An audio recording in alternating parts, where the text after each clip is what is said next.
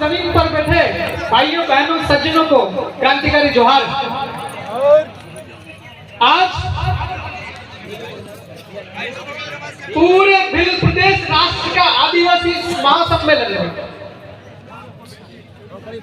चूंकि कार्यक्रम का नाम है आदिवासी महासम्मेलन पूरे भिल राष्ट्र के हिसाब से, और ये हो रहा है बेणेश्वर धाम पर, तो निश्चित तौर पर दो बातों पर ज्यादा विचार मंथन किया जाना चाहिए। वो दो बातें, एक तो आदिवासियों की समस्याएं क्या है, और दूसरा यह बेणेश्वर धाम क्या है और यहाँ क्या चल रहा है। अगर भील कौम की बात की जाए तो जो भील समाज है, भील ट्राइब की, भील की उप जनजातियां हैं, मध्य प्रदेश, राजस्थान, गुजरात, महाराष्ट्र, कर्नाटक, आंध्र प्रदेश और रेगिस्तान के उस पार भी पाकिस्तान में भी, असम में भी, ईस्ट इंडिया में भील बसा हुआ है। अब मैं थोड़ा कानून के हिसाब से बताऊं, हमने कुरान भी पढ़ने में आता था, वकालत में और बाइबल भी पढ़ने में आता था। पूरी दुनिया का सबसे बड़ा मजहब है, उसका नाम है ईसाई। पूरी दुनिया में ईसाइयों के बहुत सारे धार्मिक स्थल हैं, लेकिन इक्का दुक्का ऐसे होता है वो सबसे ज्यादा इंपॉर्टेंट होते हैं। एक दो स्थल ऐसे होते हैं वो ज्यादा, सबसे ज्यादा वैल्यूएबल होते हैं। तो मेरा तमाम लाखों लोगों से एक सवाल है कि पूरे भारत में भील फैला हुआ है, उस दुनिया में भी फैला हुआ, बांग्लादेश के अंदर ढूंढोगे तो भील मिलेगा। लेकिन इस्लाम में जिस प्रकार मक्का और मदीना है, उस टाइप से पूरी दुनिया में फैला हुआ इस भील के लिए क्या है? बेणेश्वर। तो जो सीनियर साथी लोग सज्जन विचारक हैं, आपसे बड़ा विनती है, जब आपका बारी आए तो ठीक से समझावे। ये संदेश पूरी दुनिया में जाना चाहिए, खास करके हर भील के पास, कि बेणेश्वर क्या है।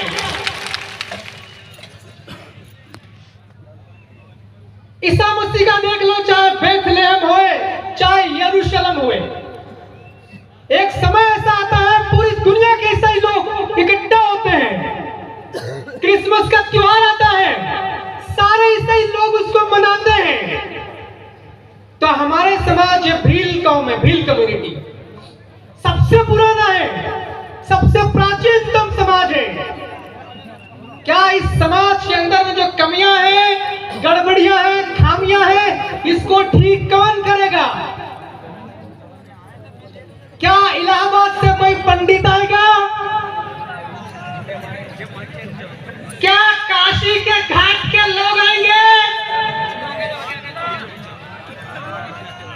तो मैं पढ़ा लिखा होने के नाते मुझे कमी खामी दिख रही थी कि भाई हमारे समाज के अंदर, अध्यात्म के अंदर में जो बीमारी है, उस बीमारी को दूर किया जाना चाहिए।